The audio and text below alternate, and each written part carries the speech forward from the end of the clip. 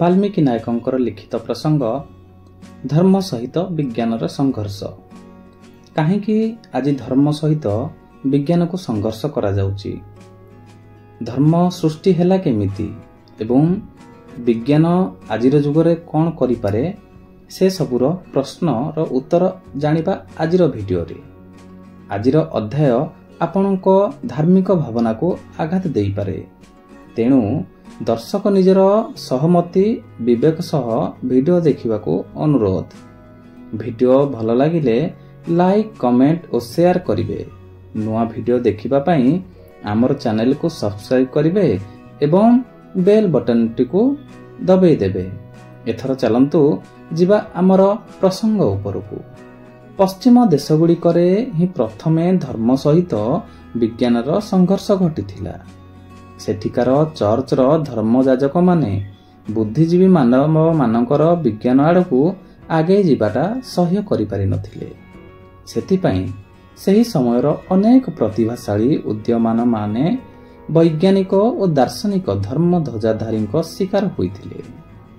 Nicholas କପରନିକସ୍ ଆଷ୍ଟ୍ରୋନମର ମହାକାଶକୁ ଗଭୀର ଅଧ୍ୟୟନ ଓ ଗବେଷଣା କରି ଜାଣିପାରିଲେ ଯେ ସୂର୍ଯ୍ୟ ସ୍ଥିର ଏବଂ ପୃଥିବୀ ତାର ଚାରିପଟେ ଘୁରୁଛି। ଏହାକୁ ସେ ପ୍ରକାଶ କରିବା ପରେ ଚର୍ଚ୍ଚର ଧର୍ମଗୁରୁମାନଙ୍କର ବିଶ୍ୱାସକୁ ଗମ୍ଭୀର ଆଘାତ ଲାଗିଲା। ସେମାନଙ୍କର ମତରେ ବାଇବେଲର ଲେଖାଥିବା ପୃଥିବୀ ସ୍ଥିର ଏବଂ ସୂର୍ଯ୍ୟ ଘୁରୁଛି ହିଁ ସତ୍ୟ ଥିଲା। କୋପରନିକସଙ୍କ ଥିଓରିକୁ ବିରୋଧ କରାଯାଇଥିଲା। ମେଡିକାଲ ସାଇନ୍ସକୁ ବିରୋଧ କରାଯାଇଥିଲା। ଆଧୁନିକ ଶରୀର ବିଜ୍ଞାନର ଜନକ କୁହାଯାଉଥିବା ଡକ୍ଟର ଭେସେଲିୟସଙ୍କୁ ରୋଗୀର ଅଙ୍ଗ ବ୍ୟବଚ୍ଛେଦ କରିବା ପାଇଁ ଚର୍ଚ୍ଚ ଅନୁମତି ଦେଇନଥିଲା। ସେମାନଙ୍କର ମତରେ ଶରୀର ହେଉଛି ଦୈବୀଜାତ ବସ୍ତୁ, ତାକୁ କାଟିବା ମଣିଷର କୌଣସି ଅଧିକାର ନାହିଁ। ଡକ୍ଟର ଭେସେଲିୟସଙ୍କୁ ତୀବ୍ର ବିରୋଧ କରି ଜବରଦସ୍ତି ହୋଲି ଲ୍ୟାଣ୍ଡ ତୀର୍ଥସ୍ଥଳକୁ ପଠାଇ ଦିଆଗଲା।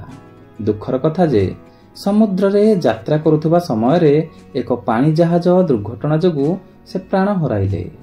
ଚର୍ଚ୍ଚର ଏହିଭଳି ଅବୈଜ୍ଞାନିକ ଚିନ୍ତାଧାରା ଯୋଗୁଁ ପୃଥିବୀରେ ପ୍ରାୟ 400 ବର୍ଷ ପର୍ଯ୍ୟନ୍ତ ମେଡିକାଲ ସାଇନ୍ସ ଅବହେଳିତ ହୋଇ ବିକାଶ ଲାଭ କରିପାରିନଥିଲା।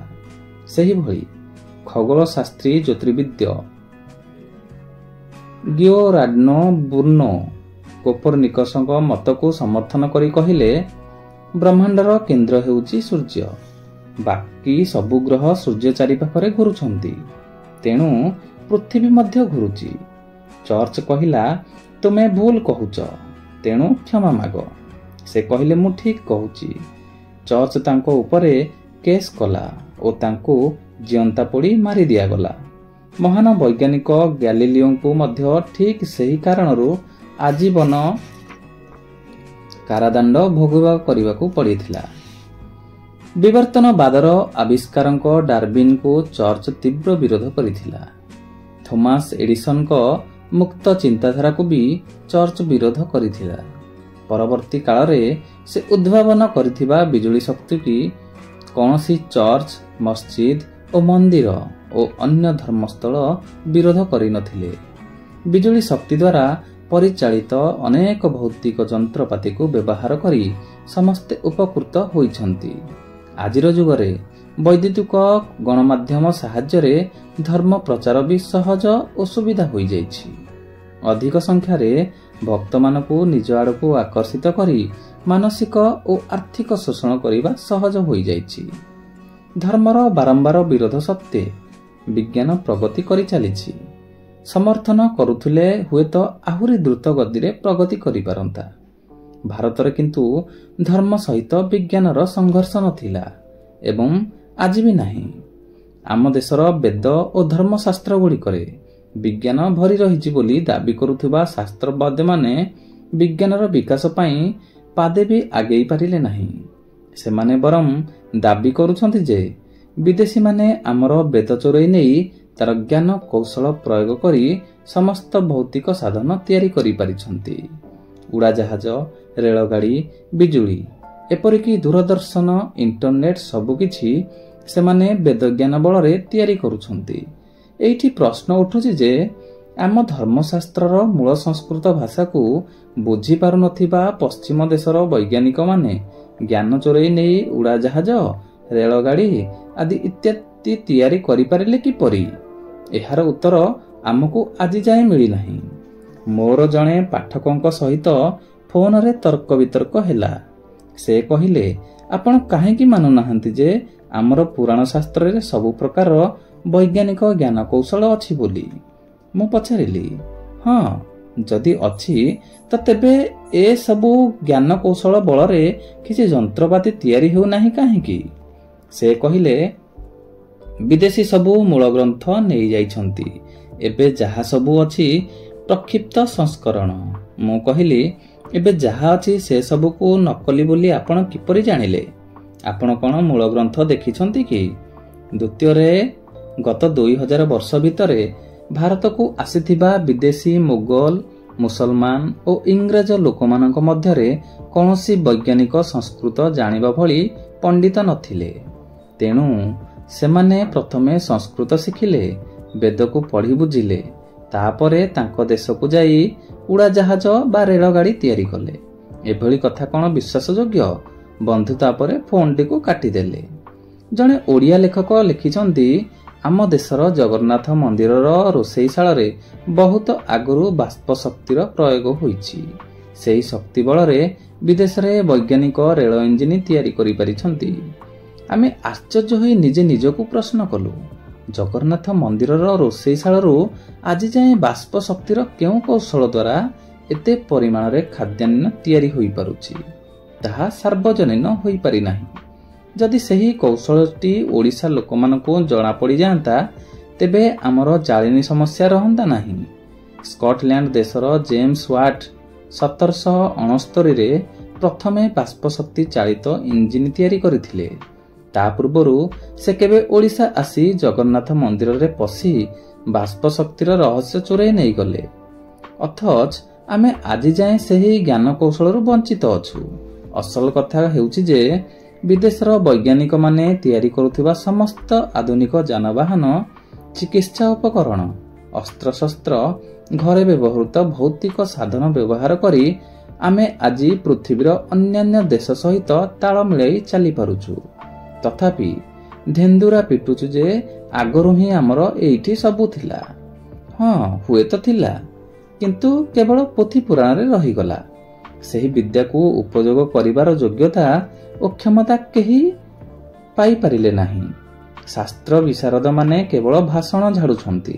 ଆମ ଦେଶରେ କିନ୍ତୁ ଧର୍ମ ସହିତ ସମାଜ ସୁଧାରକଙ୍କର ସଂଘର୍ଷ ଥିଲା। ଆମ ଦେଶର ସାମାଜିକ ନୀତି ନିୟମ ଗୁଡ଼ିକ ଅତି କଠୋର ଥିବାରୁ ସାଧାରଣ ଜନଜୀବନରେ ବିଶୃଙ୍ଖଳା ସୃଷ୍ଟି ହେଉଛି। ସମାଜ ନିର୍ଦ୍ଧାରିତ ନିୟମ ବାହାରକୁ ଯାଇ କେହି ବି କୌଣସି ଉପଯୋଗୀ ତଥା ଗଠନମୂଳକ କାମ କଲେ ବି ତାହା ଧର୍ମଗୁରୁଙ୍କ ଅସହ୍ୟ ହେଉଛି।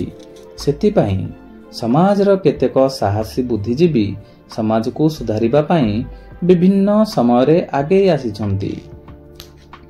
ସେମାନେ ନିଜର ବଳିଷ୍ଠ ଯୁକ୍ତି ଓ ବିଜ୍ଞାନ ସମ୍ମତ ତର୍କ ଦେଇ ପରମ୍ପରାଗତ ଭିତ୍ତିହୀନ ବିଶ୍ୱାସକୁ ଦୂର କରିବା ପାଇଁ ପ୍ରୟାସ କରିଛନ୍ତି। ଆଦିମ ଯୁଗରୁ ସେମାନେ ପ୍ରଚଳିତ ପ୍ରଥା ବା ସିଦ୍ଧାନ୍ତ ଗୁଡ଼ିକ ଠିକ୍ କିମ୍ବା ଭୁଲ ବୋଲି ପ୍ରଶ୍ନ କରିବାର ଅଧିକାର ଦାବି କଲେ। ଏହା ଫଳରେ ସାଧାରଣ ଲୋକମାନଙ୍କ ମନରେ କୌତୂହଳ ଜାତ ହେଲା ଏବଂ ଧୀରେ ଧୀରେ ଏକ ନୂତନ ହେତୁବାଦୀ ଚିନ୍ତାଧାରା ଜନ୍ମ ନେଲା। ବ୍ୟକ୍ତି ଓ ସମାଜକୁ ସ୍ୱାଧୀନ ଭାବେ ଜୀବନ ଅତିବାହିତ କରିବା ପାଇଁ ଏକ ନୂଆ ରାସ୍ତା ଖୋଲିଗଲା। ଋଷି ଚାର୍ବାକ, ଗୌତମ ବୁଦ୍ଧ, ମହାବୀର ଜୈନଙ୍କ ଭଳି ସମାଜ ସୁଧାରକମାନଙ୍କ ମାନବବାଦୀ ବିଚାରକୁ ଆଜି କେହି ଅସ୍ୱୀକାର କରୁନାହାନ୍ତି। ସେମାନେ ମଣିଷ ମନର ଭିତ୍ତିହୀନ ବିଶ୍ୱାସ ଯଥା ପୁନର୍ଜନ୍ମ, ଭାଗ୍ୟ, ଆତ୍ମା, ସ୍ୱର୍ଗ ଓ ନର୍କକୁ ଅସ୍ୱୀକାର କରିଥିଲେ। ପରବର୍ତ୍ତୀ କାଳରେ ହେତୁବାଦୀ ଦୃଷ୍ଟିକୋଣରୁ ଜ୍ୟୋତିଷ ବିଦ୍ୟା, ସାମୁଦ୍ରିକ ବିଦ୍ୟା, ବାସ୍ତୁଶାସ୍ତ୍ର, ଅଙ୍କ ଜ୍ୟୋତିଷ, ତନ୍ତ୍ରମନ୍ତ୍ର ଆଦିକୁ ବିଜ୍ଞାନ ସମ୍ମତ ବିଦ୍ୟା ନୁହେଁ ବୋଲି ପ୍ରମାଣିତ କରାଗଲା।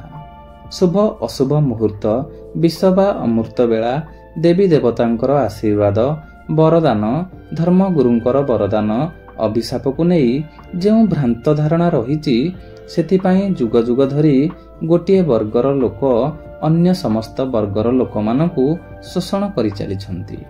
କିଛି ହରେଇ ବସିବାର ଭୟ ଓ କିଛି ଚମତ୍କାର ଶକ୍ତି ଦ୍ୱାରା ପାଇବାର ଲୋଭ ଯୋଗୁଁ ସମସ୍ତେ ଅନ୍ଧବିଶ୍ୱାସର ନାଗଫାଶରୁ ନିଜକୁ ମୁକ୍ତ କରିପାରୁନାହାନ୍ତି। ଚମତ୍କାରୀ ଶକ୍ତି ପ୍ରାପ୍ତ କରିଥିବା ଦାବି କରୁଥିବା କେତେକ ତଥାକଥିତ ବାବାମାନେ ଜନତାଙ୍କୁ ଦିନର ଆଲୁଅରେ ସମସ୍ତଙ୍କ ଆଖି ଆଗରେ ବୋକା ବନେଇ ଦେଉଛନ୍ତି। ସାଧାରଣ ଯାଦୁଗରମାନେ ଜନତାଙ୍କ ମନୋରଞ୍ଜନ ପାଇଁ ହାତ ସଫେଇ କିମ୍ବା ବୈଜ୍ଞାନର କୌଶଳ ଦ୍ୱାରା ଯେଉଁ ଅଦ୍ଭୁତ କ୍ରିୟା କରିପାରୁଛନ୍ତି, ଠିକ୍ ସେହିଭଳି କ୍ରିୟା ପ୍ରଦର୍ଶିତ କରି ବାବାମାନେ ଦୈବୀ ଶକ୍ତି ନାମରେ ଭକ୍ତଙ୍କୁ ପ୍ରଭାବିତ କରିପାରୁଛନ୍ତି। ଅନେକ ଦିନରୁ ବିଶିଷ୍ଟ ହେତୁବାଦୀ ଓ ବୁଦ୍ଧିଜୀବୀମାନେ ବାବା ତାନ୍ତ୍ରିକମାନଙ୍କର ଚମତ୍କାରୀ ବିଦ୍ୟାର ରହସ୍ୟର ପର୍ଦ୍ଦାଫାଶ କରି ଆସୁଛନ୍ତି। ବିଶ୍ୱର ଜଣେ ବିଖ୍ୟାତ ଯାଦୁକର ହେସ୍ ହାଦବୋବିନ୍ ଚମତ୍କାର ପ୍ରଦର୍ଶନ କରୁଥିବା ବାବାମାନଙ୍କୁ ଖୋଲା ଚ୍ୟାଲେଞ୍ଜ କରିଥିଲେ। ସେହିଭଳି ଭାରତରେ ମଧ୍ୟ ଏଟି କୁଭର ପ୍ରେମାନନ୍ଦ, ପ୍ରଫେସର ନରେନ୍ଦ୍ର ନାୟକ ତଥାକଥିତ ବାବା, ତାନ୍ତ୍ରିକ ଓ ଜ୍ୟୋତିଷମାନଙ୍କୁ ଚ୍ୟାଲେଞ୍ଜ କରି ଆସିଛନ୍ତି। ହରିୟାଣାର ତର୍କଶୀଳ ସୋସାଇଟି 1 କୋଟି ଟଙ୍କାର ପୁରସ୍କାର ଦେବାକୁ ଘୋଷଣା କରିଛନ୍ତି। ମଜା କଥା ହେଉଛି ଯେ ଆଜି ପର୍ଯ୍ୟନ୍ତ ଜଣେ ବି ସିଦ୍ଧ ବାବା ହେତୁବାଦୀଙ୍କ ଆଗରେ ଆସି ନିଜର ଚମତ୍କାର ପ୍ରମାଣିତ କରି ପୁରସ୍କାର ନେବାକୁ ସାହସ କରିନାହାନ୍ତି।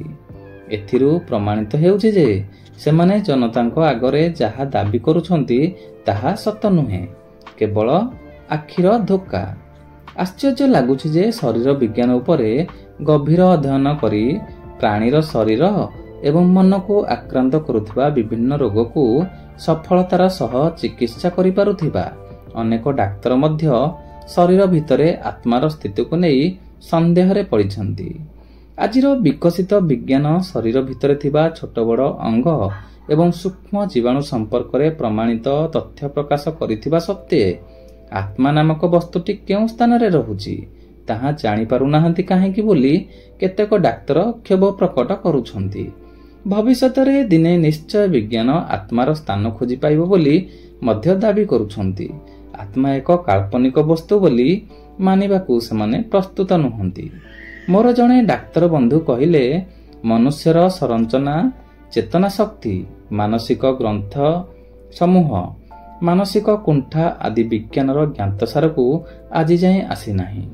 ମନୁଷ୍ୟ ଶରୀର ମଧ୍ୟରେ ନିଜର ବ୍ୟକ୍ତିତ୍ୱର ଅଭିବ୍ୟକ୍ତି କରୁଥିବା ସେହି ଚୈତନ୍ୟ ସତ୍ତାଟି ପ୍ରକୃତରେ କିଏ?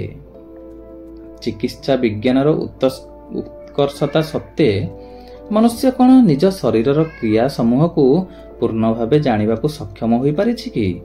ଆମେ କହିଲୁ, ଆମର ସାଧାରଣ ବୁଦ୍ଧିରେ ଆମେ କହିପାରିବା ଯେ ବିଜ୍ଞାନର ଉତ୍କର୍ଷ ଗବେଷଣା ଦ୍ୱାରା ହିଁ ମଣିଷ ଓ ଅନ୍ୟାନ୍ୟ ପ୍ରାଣୀ ଜଗତର ଶରୀର ତଥା ମନ ବିଷୟରେ ଯଥେଷ୍ଟ ଜ୍ଞାନ ଉପଲବ୍ଧ ହୋଇସାରିଲାଣି। ଯଦିବା କିଛି ବାକି ଅଛି, ସେସବୁ ଭବିଷ୍ୟତରେ ଆମେ ଜାଣିପାରିବା, କାରଣ ଗବେଷଣା ଚାଲିଛି, ସରିଯାଇ ନାହିଁ। ପୃଥିବୀର ବିଭିନ୍ନ ଦେଶର ଶରୀର ବିଜ୍ଞାନୀମାନଙ୍କ ଦ୍ୱାରା ଖୋଜ ଯାଇଥିବା ଉପଲବ୍ଧ ସମସ୍ତ ଜ୍ଞାନ ଓ ତଥ୍ୟ ନ ପଢ଼ିଲେ କେମିତି କହିପାରିବା ଯେ ବିଜ୍ଞାନ ଖୋଜି ପାଇନାହିଁ? ମାନବୀୟ ଗୁଣ ଯଥା ଦୟା, କ୍ଷମା, କାମ, କ୍ରୋଧ, ଭୟ, କୁଣ୍ଠା ଆଦି ଉପରେ ମଧ୍ୟ ମନୋବୈଜ୍ଞାନିକମାନେ ଅନୁସନ୍ଧାନ ଓ ଗବେଷଣା ଜାରି ରଖିଛନ୍ତି। ବର୍ତ୍ତମାନ ସୁଦ୍ଧା ଉପଲବ୍ଧ ମନସ୍ତାତ୍ତ୍ୱିକ ଜ୍ଞାନ ବଳରେ ମାନସିକ ବିକୃତି ଘଟିଥିବା ମଣିଷମାନଙ୍କର ସଫଳତାପୂର୍ବକ ଆରୋଗ୍ୟ କରାଯାଇପାରୁଛି। ଡାକ୍ତର ବନ୍ଧୁ ପ୍ରସଙ୍ଗ ବଦଳାଇ କହିଲେ, ଆଜିର ସମାଜରେ ବିଜ୍ଞାନର ଦୁରୁପଯୋଗ ବହୁତ ହେଉଛି। ଆଧ୍ୟାତ୍ମ ଜ୍ଞାନୀ ଦ୍ୱାରା ହିଁ ବିଜ୍ଞାନର ଦୁରୁପଯୋଗକୁ ରୋକାଯାଇପାରିବ। ବିଜ୍ଞାନ ମନୁଷ୍ୟକୁ ଭୌତିକ ସୁଖ ସ୍ୱଚ୍ଛନ୍ଦର ଉପକରଣ ସହିତ ବିନାଶକାରୀ ମାରଣାସ୍ତ୍ରରେ ମଧ୍ୟ ସମର୍ଥ କରିଛି। ଆଧ୍ୟାତ୍ମିକ ଜ୍ଞାନ ହିଁ ତାକୁ ଶାନ୍ତି ପ୍ରାପ୍ତି ପାଇଁ ପରିଚାଳିତ କରିପାରିବ। କେତେକ ବୈଜ୍ଞାନିକ ବି ଏହି କଥା କହୁଛନ୍ତି। ଆମେ କହିଲୁ, ଆପଣଙ୍କର କଥା ଯଦି ସତ ବୋଲି ମାନିବା, ତେବେ ପ୍ରଶ୍ନ ଉଠୁଛି ଯେ ପୁରାଣ ଯୁଗରେ ଏତେ ବଡ଼ ବଡ଼ ମହାସମର ହୋଇଥିଲା କାହିଁକି? ସେତେବେଳେ ବି ଅଗ୍ନେୟାସ୍ତ୍ର, ବ୍ରହ୍ମାସ୍ତ୍ର, ଶବ୍ଦଭେଦୀ ଅସ୍ତ୍ର ଭଳି ମାରଣାସ୍ତ୍ର ବ୍ୟବହାର ହେଉଥିଲା କାହିଁକି? ବିଗତ ଶତାବ୍ଦୀରେ ମଧ୍ୟ ଆଧ୍ୟାତ୍ମିକ ବ୍ୟକ୍ତିମାନଙ୍କ ସଂଖ୍ୟା ଅଧିକ ଥିବା ସତ୍ତ୍ୱେ ପୃଥିବୀରେ 2 ଥର ବିଶ୍ୱଯୁଦ୍ଧ ସଂଘଟିତ ହୋଇଥିଲା କାହିଁକି? ତା ପରବର୍ତ୍ତୀ ଆଧୁନିକ ଯୁଗରେ ବିଜ୍ଞାନର ଦ୍ରୁତ ବିକାଶ ଓ ନିରୀଶ୍ୱରବାଦୀ ଚିନ୍ତାଧାରାର ବିକାଶ ଲାଭ କରିପାରୁଥିବାରୁ ପ୍ରତ୍ୟେକ ଦେଶର ଶାସକ ମାରଣାସ୍ତ୍ର ପ୍ରୟୋଗ କ୍ଷେତ୍ରରେ ସଂଯମତା ରକ୍ଷା କରିଆସୁଛନ୍ତି। ଯଦିଓ ଅନେକ ରାଜନୈତିକ ଓ ଧାର୍ମିକ ମତାନ୍ତର ଘଟୁଛି, ତଥାପି ଦୀର୍ଘ ବର୍ଷ ହେଲା ତୃତୀୟ ବିଶ୍ୱଯୁଦ୍ଧ ହୋଇନାହିଁ। ଏହି ସଂଯମତା ଆଧ୍ୟାତ୍ମିକ ଯୋଗୁଁ ଜାଗ୍ରତ ହୋଇନାହିଁ, ବରଂ ଧର୍ମାନ୍ଧତାରୁ ମୁକ୍ତ ମାନବିକତାର ବିକାଶ ହୋଇଥିବାରୁ ସଂଯମତା ଜାଗ୍ରତ ହୋଇଛି। କିଛି ବୈଜ୍ଞାନିକ ମାନଙ୍କ ଦ୍ୱାରା ଆଧ୍ୟାତ୍ମିକ ଚେତନା ସପକ୍ଷରେ ଦିଆଯାଉଥିବା ବକ୍ତବ୍ୟ ତାଙ୍କର ବ୍ୟକ୍ତିଗତ ଆସ୍ଥା ଓ ବିଶ୍ୱାସ ଉପରେ ନିର୍ଭର କରୁଛି। ବିଜ୍ଞାନ ପାଠ ପଢ଼ି ବୈଜ୍ଞାନିକ ହୋଇଯାଉଥିବା ବ୍ୟକ୍ତି ଭିତରେ ବୈଜ୍ଞାନିକ ଚିନ୍ତନ ନ ଥାଇପାରେ। ମନର ସେହି ସ୍ଥାନଟି ଆଧ୍ୟାତ୍ମିକ ଆସ୍ଥା ଦ୍ୱାରା ଆଚ୍ଛାଦିତ ହୋଇ ରହିଥାଏ। ସେମାନେ ବିଶ୍ୱାସେ ମିଳଇ ହରି ତର୍କେ ବହୁ ଦୂରର ସମର୍ଥକ। ବୈଜ୍ଞାନିକ ଦୃଷ୍ଟିକୋଣ କିମ୍ବା ତର୍କଶୀଳ ବୁଦ୍ଧି ପାଇଁ କୌଣସି ଶିକ୍ଷାଗତ ଡିଗ୍ରୀ ଆବଶ୍ୟକ ପଡ଼ିନଥାଏ।